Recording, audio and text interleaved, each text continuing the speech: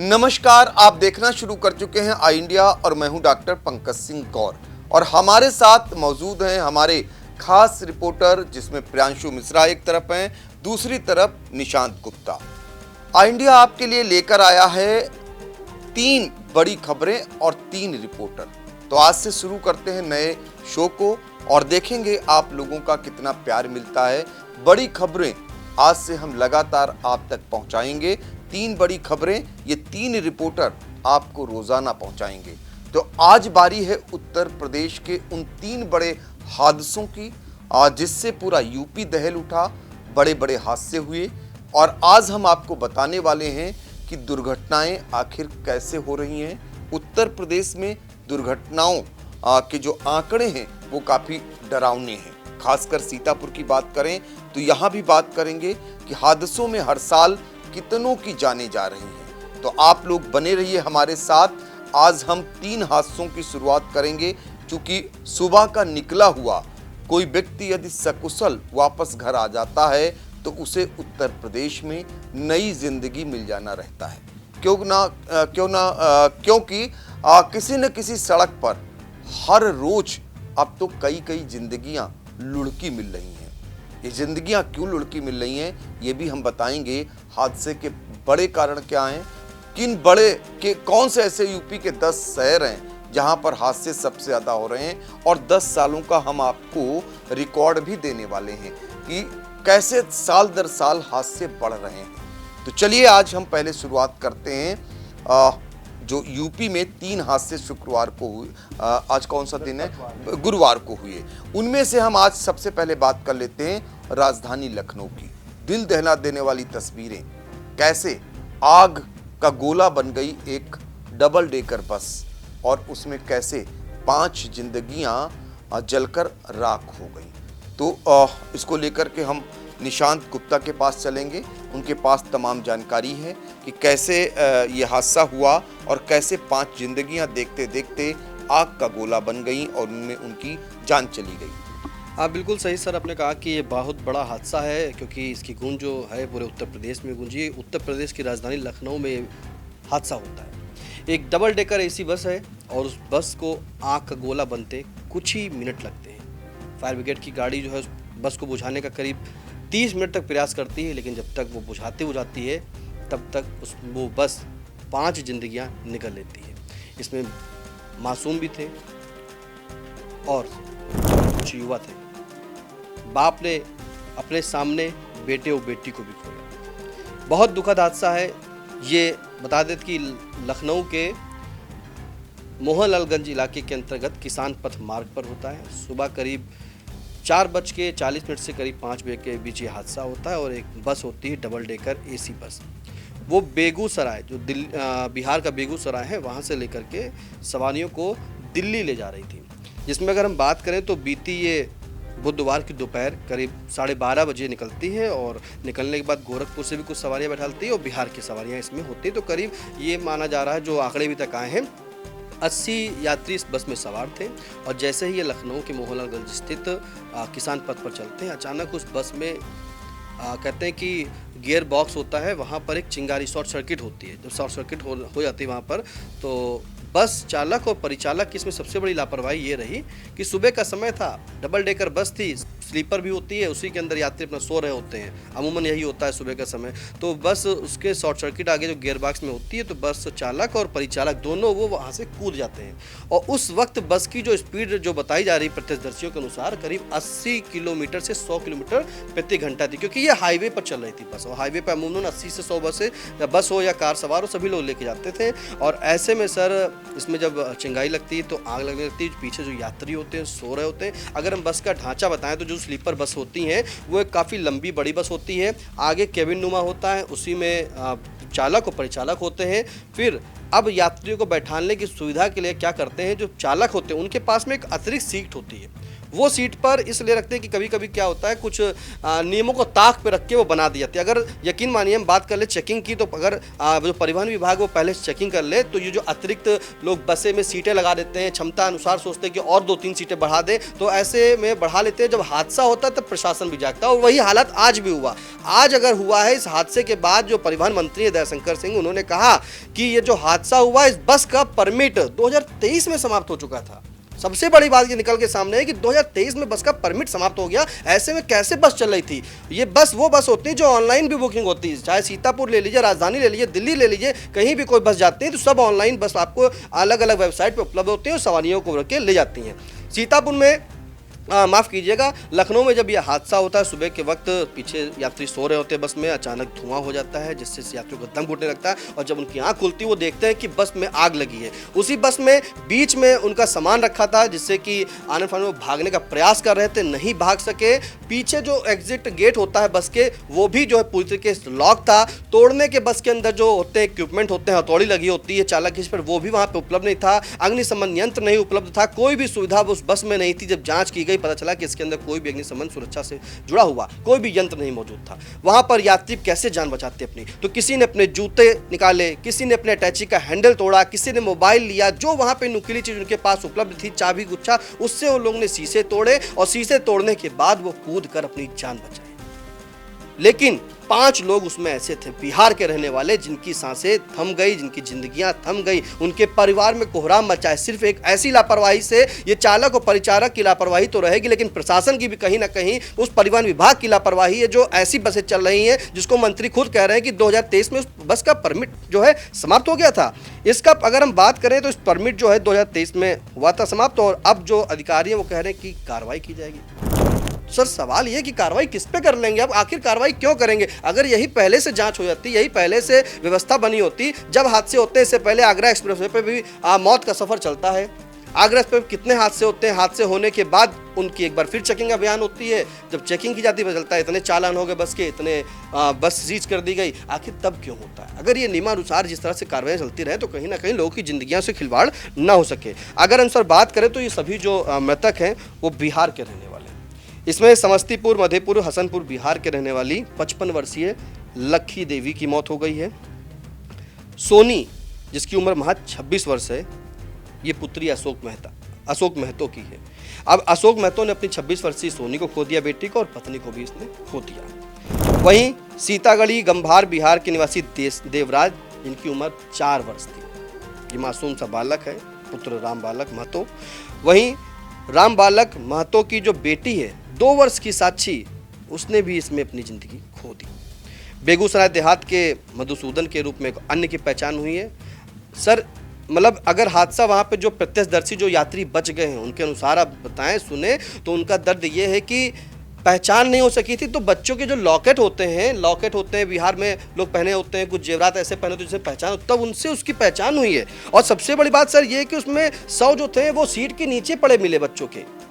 महिलाओं के 100 सीट पर थे, सीट के नीचे बच्चों के 100 थे। तो समझ सकते हैं कितना भयानक मंजर होगा, क्योंकि वो आग की लपेट में आने से बस में पूरी तरीके से जलकर राख हो गए। उनको कोई बचाने वाला वहां नहीं मिला। उस आग के गोले बस में जो बना हुआ बस था, आग की गोला बन गया था। प्रत्यक्षदर्शी लोग निकल रहे थे, कैसे मदद करते हैं, कैसे वो बुझाते हैं, क्योंकि उस बस पूरी तरीके से जलकर राख हो गई थी। उन्होंने जो वहाँ से जान बचा के जो निकले हैं, उन्होंने कहा पूरी गैलरी में सामान भरा था। उस गैलरी में निकलने की मतलब आगे वो जा ही नहीं पा रहे थे, क्योंकि बस जो चालक परिचालक होते हैं वहाँ बैठते हैं, वो पूरी तरीके से आगे केबिन होता तो बंद था, वहाँ निकल नहीं पाए थे। वहीं आग लगी थी। तो आग जैसे चलती गई, हवा तेज बढ़ती गई, और पूरी उसने अपने बस को जो है आग ने आगोश में ले लिया। सबसे बड़ी लापरवाही जो मैंने पहले भी कहा था, ड्राइवर की सीट के पास था, वो लापरवाही मानी गई, और वो उसके जिम्मेदार जो हैं वो ही मार रहे हैं। अब इसके चलते सीएम योगी ने भी इसका संज्ञान लिया। उन्होंने दुख व्यक्त किया इस बात पर। सुबह से ही अधिकारियों को वहाँ भेज दिया था। वहाँ पे तमाम आला अधिकारी पहुँचे थे, जांच की, एसडीएम, एसपी सभी लोग वहाँ पहुँचे थे। मृतक के परिवार वालों को 4-4 लाख रुपए मुआवजा देने की बात भी कही है। बस मालिक पर FIR भी हो गई है। ये सबसे बड़ी बात है। उन्होंने जो है बस जो मालिक है उस पर FIR है, और पुलिस ने जो अन्य यात्री जो बचे थे उनको वाहनों से, जो अपने वाहनों से जो है सुरक्षित स्थान पर उन्हें भेज दिया। जो दूसरी बस्ती दिल्ली की जो जाती हैं उनमें वह भेज दिया था। तो सर इसमें बहुत बड़ी लापरवाही आई है। इसमें सबसे बड़ी बात सर ये है कि जो अशोक महतो है, उसने अपनी पत्नी और बेटी को खो दिया। वहीं सर दूसरी अगर हम बात करें, अन्य यात्री थे, उसने भी अपने परिजनों को खोया है। इमरजेंसी गेट नहीं खुला था, बिहार से बस दिल्ली जा रही थी और ऐसे में जब भगदड़ मच जाती है तो कोई भी वहाँ पे उनको समझ में नहीं आया, जो पीछे इमरजेंसी गेट होता है एग्जिट वाला, वो वहाँ पे सर बंद था। जो महतो की बात बताई तो उनमें उनकी बेटी है और कौन है, पत्नी का बताया जा रहा था वो गर्भवती हैं, तो बेटा और पत्नी, बेटा और बेटी को खोया। हाँ, उन्होंने सर बेटी को खोया था जी। और जो अशोक महतो थे उन्होंने कहा कि 7 माह की पत्नी जो थी वो गर्भवती थी, 2 बच्चों के साथ बस में सवार कर रहा था वो। दोनों बच्चे चले गए। हाँ, दोनों चले गए। आग लगने पर पहले पत्नी को उसने नीचे उतारा पहले, क्योंकि वो गर्भवती थी, जब निकाला उसको, बच्चे सीट पर सो रहे थे, उन्हें भी नीचे उतार लिया गया, लेकिन जो सामने उनका बेटा और बेटी जो है उनके सामने चल गए। वो पूरा यात्री सर, पूरे सब लोग जा रहे थे वहाँ पे चल के, तो इसी के चलते उनके जो बेटा और बेटी है वो उनके आंखों के सामने जल गए। पत्नी को उन्होंने बचा लिया था सर, गर्भवती जो पत्नी थी। बिल्कुल, तो देखिए बेटा और बेटी किसी पिता की आंखों के सामने उनकी जलकर मौत हो जाए तो उस पिता पर क्या बीतेगी। मुख्यमंत्री योगी आदित्यनाथ ने इस हादसे पर दुख जताया है, लेकिन सवाल इस बात का है कि शायद ये दुख न जताना पड़े यदि पहले से थोड़ी सी सावधानी बरत ली जाए या फिर जिम्मेदार अपनी जिम्मेदारी का पालन कर लें। आप अंदाजा लगा लीजिए कि कोई पहला हादसा नहीं है। परिवहन मंत्री दयाशंकर सिंह का जो बयान आया है, पहले भी उन्होंने ऐसा ही बयान दिया था। जब हादसा होता है तो पता चलता है कि फला बस का परमिट समाप्त हो चुका है और उस पर सवारियां जो होती हैं वो काफ़ी संख्या में बैठा दी जाती हैं। यहाँ तो सीधे तौर पर लापरवाही देखने को मिली कि एक सीट लगाई गई थी अतिरिक्त, जिस वजह से गेट नहीं खुला और जो चालक थे, परिचालक थे, वो दोनों भाग जाते हैं। तो आप ऐसे में अंदाजा लगा लीजिए। हाँ, जल्दी से खत्म करिए और बढ़े आगे। बिल्कुल सर, जो सर अशोक महतो, हम अशोक महतो की बात कर रहे हैं, तो अशोक महतो ने एक चीज़ और साथ में कही है कि जब हादसा हुआ था तो वो सब लोग सो रहे थे, जब सुनकर उनकी नींद खुली तो पूरी बस में धुआं भरा था और आगे की तरफ जो है आग लग चुकी थी। तो बस के अंदर एक लोहे की रॉड कहीं से उसने पाया, जिसको उसने शीशा तोड़ा और शीशा तोड़ने के बाद उसने बेटे के साथ पहले वो कूद गया। फिर उसकी जो पत्नी थी, यानी महतो की पत्नी और बेटी बस के अंदर फंसी रही। जो 55 वर्षीय उसकी पत्नी थी और उसकी बेटी थी, दोनों लोग बस में फंसे रहे और उसी की आंखों के सामने, अशोक महतो की आंखों के सामने उसकी पत्नी और बेटी जल गई। वही जो अन्य की मैं बात कर रहा था, जो गर्भवती महिला थी, वो राम बालक महतो था। राम बालक की जो पत्नी थी वो 7 माह से गर्भवती थी और उसके साथ में 2 बच्चे और सवार कर रहे थे। मतलब राम बालक महतो और उसकी पत्नी और 2 बच्चे, 4 लोग सवार कर रहे थे और जैसे ही आग लगी तो उसने पहले अपनी गर्भवती पत्नी को नीचे उतारा था। बच्चे उसकी सीट पे सो रहे थे। अब वही जो बच्चे मैंने बताया, जो उनके 100 मिले थे बच्चों के, तो वो यही बच्चे थे सर, उन्हें नीचे नहीं उतार पाया और उसके सामने उसके बेटा और बेटी जल गए। राम बालक के जो बच्चे थे दोनों, वो जल गए। उसने अपनी पत्नी को, गर्भवती पत्नी को तो बचा ली, लेकिन उसके सामने उसके बच्चे जल गए सर। बिल्कुल, दोनों की मौत हो गई, दर्दनाक। तो ये लखनऊ बस हादसे का मामला था जो बता रहे थे निशांत गुप्ता, जिसमें बेहद तौर पर लापरवाही फिर सामने आई है और जो दिखाई दे रहा है कि कैसे डबल डेकर बस में अगर वायरिंग की गई तो फिर अग्निशमन के वो यंत्र क्यों नहीं लगाए गए, क्यों नहीं एहतियातन वहाँ पर कदम उठाए गए। जो वायरिंग की गई थी, क्या वो मानक के अनुसार की गई थी? फिर ये हादसा कैसे हुआ? ये तमाम ऐसे सवाल हैं, लेकिन सरकार को चाहिए कि यहाँ पर नज़ीर बना दे कि अब दोबारा ऐसा कोई हादसा ना हो, ऐसी कार्रवाई करे और ऐसा एहतियातन जो कदम उठाए जाने हैं वो बरते जाने चाहिए थे। अब हम आपको लेकर चलते हैं हरदोई के उस हादसे के बारे में आपको बताएंगे जहां पर भीषण हादसा हुआ और 6 लोगों की इसमें जान गई है। तो प्रियांशु मिश्रा बताएंगे कि हरदोई में फिर एक हादसा हो गया। अभी कुछ दिनों पहले बड़ा हादसा हुआ था, उसके बाद एक हादसा और हो गया। ये नौबत आखिर बार बार क्यों आ रही? इन हादसों में किसकी जानें गई और कैसे हुआ हादसा, ये हमें बताएंगे। जी, पहले तो सर बताना चाहेंगे कि जो हादसा आज हुआ है हरदोई का, उसके बारे में जिक्र कर लेते हैं। बेहद दुखद हादसा हुआ है।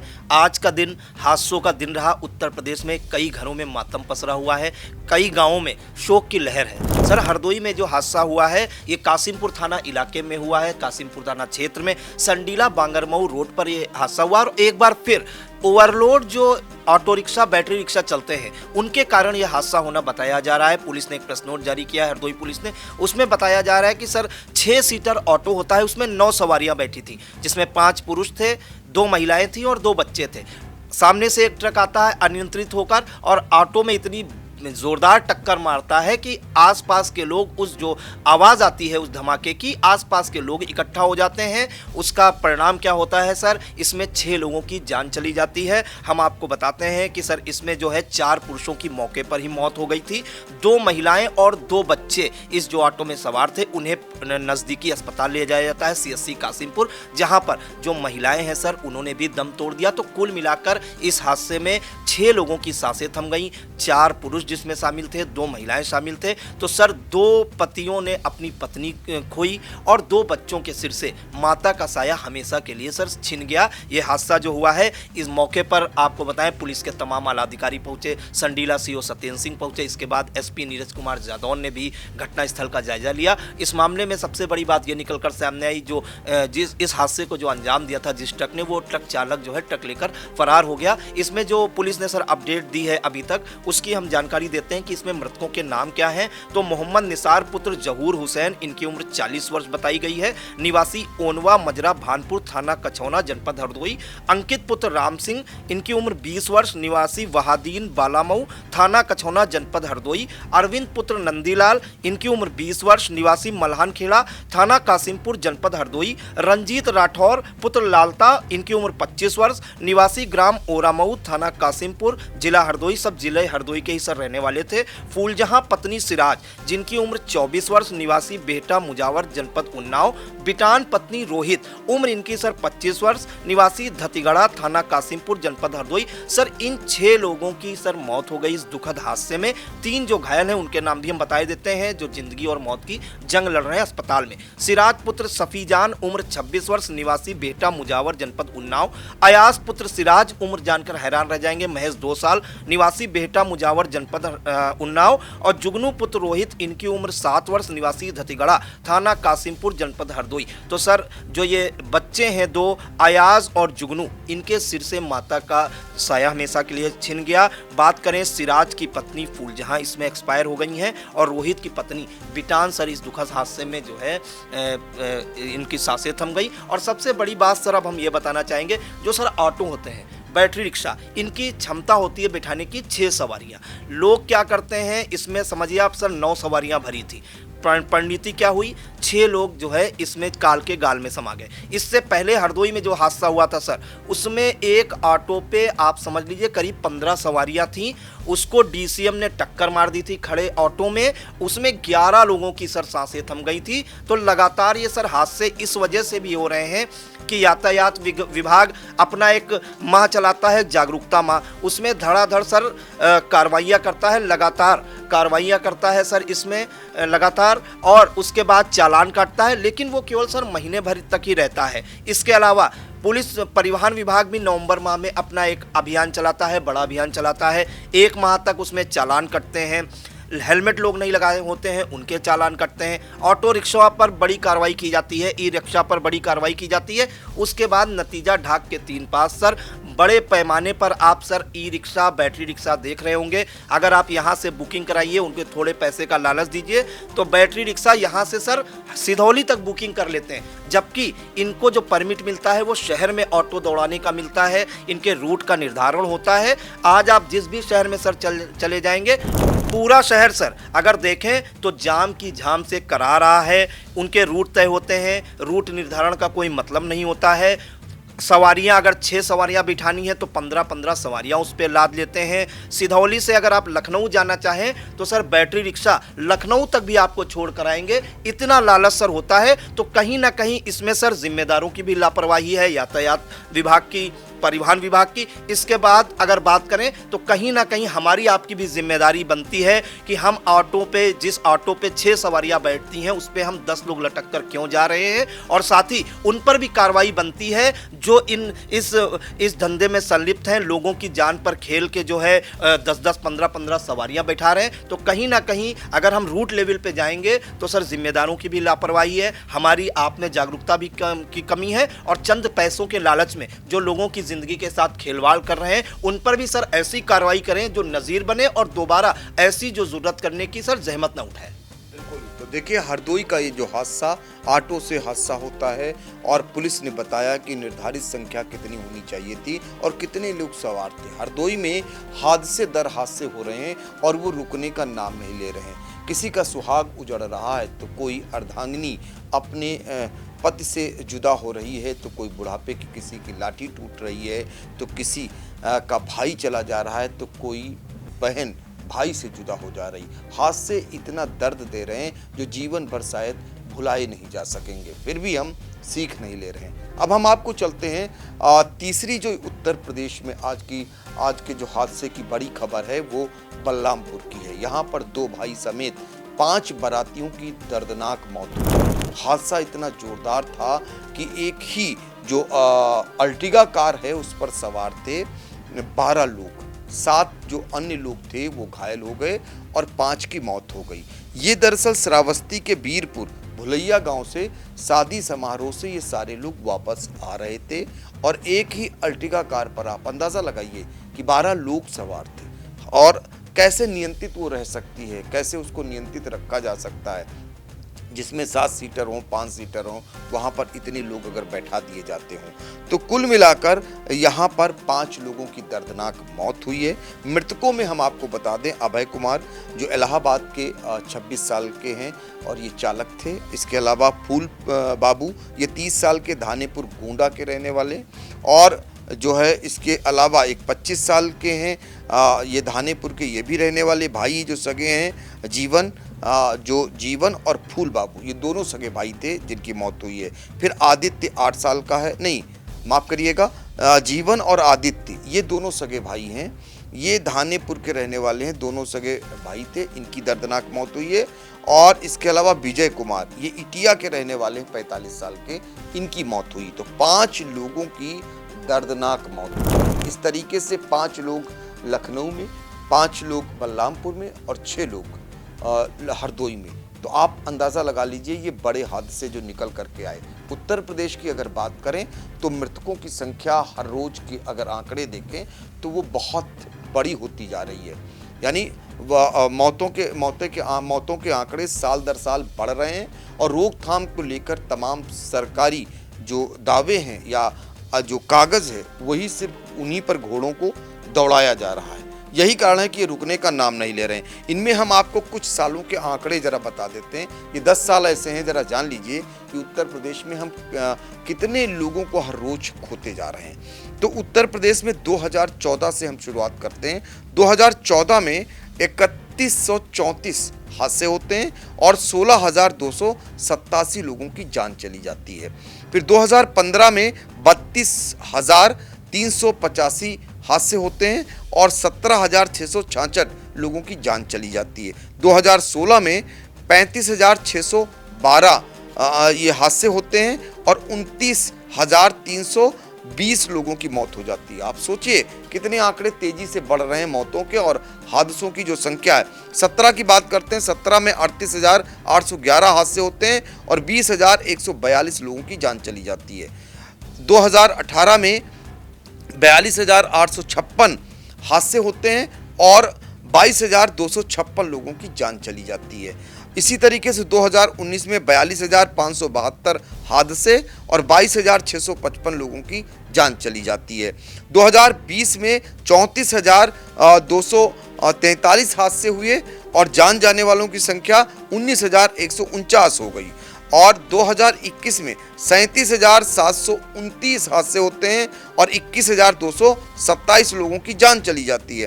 2022 में 41,746 हादसे होते हैं और 22,595 लोगों की जान चली जाती है। 2023 में 44,000 बढ़कर हादसे पहुंच जाते हैं, 44,534, और हादसों की जो इसमें जान जाती है उनकी संख्या हो जाती है 23,652। और इसी तरीके से 2024 की अगर बात करें तो 46,052 हादसे हुए और 24,118 लोगों की जान चली गई। ये सरकारी आंकड़े हैं, जरा गौर करिए, उत्तर प्रदेश के आंकड़े हैं जो खुद दहला रहे हैं, लोगों को सचेत कर रहे हैं कि कितने लोग हर रोज मर रहे हैं और कितने लोग जिंदगी और मौत की जंग लड़ने को मजबूर हो रहे हैं या कितने लोग अपंग हो रहे हैं। उसके बावजूद भी हम इन पर गौर नहीं कर रहे हैं। अब जरा उन शहरों को भी जान लें जो हादसों में जहां सबसे ज़्यादा हादसे होते हैं, उनमें सीतापुर भी अपना शामिल है। तो ज़रा बात करते हैं इनमें कानपुर की बात करें। ये प्रथम स्थान पे आता है, 600 लोगों की जान चली गई। प्रयागराज में 552 और आगरा में 537, बुलंदशहर में 511, अलीगढ़ में 502, लखनऊ में 484, उन्नाव में 578 और हरदोई में 475 और मथुरा में 460, गोरखपुर में 430, बरेली में 423 और सीतापुर में 407। ये हादसों की संख्या है, मृतकों की संख्या है। आप ज़रा अंदाज़ा लगा लीजिए कि एक जनपद में अगर इतने लोग हादसों में चले जा रहे हैं, फिर भी हम सचेत नहीं हो रहे हैं। तो इनके लिए परिवहन विभाग ने, ये 20 ऐसे शहर हैं जहां पर फोकस किया था सड़क हादसों को कम करने के लिए। यहाँ पर दरअसल कुल जो आंकड़े हैं मौतों के, उनमें 42% जो मौतें हैं 20 जिलों में हो रही हैं। आप अंदाज़ा लगा लीजिए, सिर्फ 42% मौतें 20 जिलों में हो रही। इन जिलों को चिन्हित कर परिवहन विभाग ने जो कार्रवाई के निर्देश दिए वो कागजों तक ही सीमित है, या यूँ कहिए कार्रवाइयों तक ही सीमित हैं। आप चालान कर दे रहे हैं, आप सीज की कार्रवाई करते रहे, राजस्व की प्राप्त कर ले रहे हैं, लेकिन कोई सुधर नहीं रहा, कोई सीख नहीं मिल रहा। ये समाज की भी ज़रूरत है कि समाज को भी जागरूक होने की ज़रूरत है, साथ ही स्कूलों को भी इस दिशा में आगे आने की ज़रूरत है।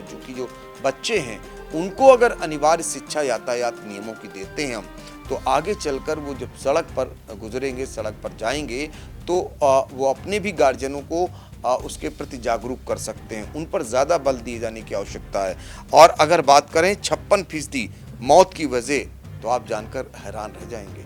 रफ्तार है, मोबाइल पर बात करने के कारण मौतें हुई हैं, और जो गलत रूट से आ जा रहे हैं उसके कारण मौतें हुई हैं। इनमें नशे से 8% और गलत दिशा से गाड़ी चलाने से 12% लोगों के कारण मौतें होती हैं। शराब पीना, सड़क खराब होना या फिर गाड़ी को अनियंत्रित गति से चलाना, ये तो हादसे के कारण हैं ही, लेकिन इनमें सबसे बड़ा जो कारण निकल करके आया वो 56% जो हादसों का कारण है वो तेज़ रफ्तार है। तो वो रफ्तार जो आपकी ज़िंदगी अपनी भी जिसमें जा सकती है और दूसरे की ज़िंदगी ली भी जा सकती है, और लेते भी आ रहे हैं आप लोग।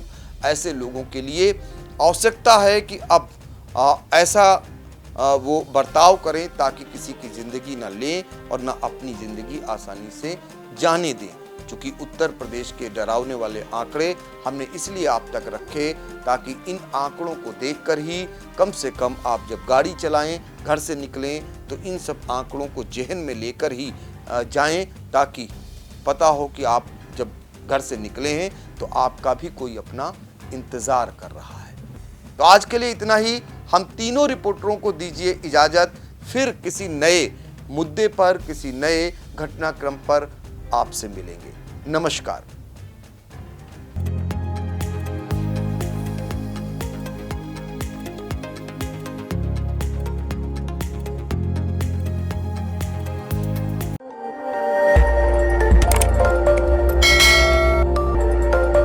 खबर आपकी, नजर हमारी। देखते रहिए आई इंडिया।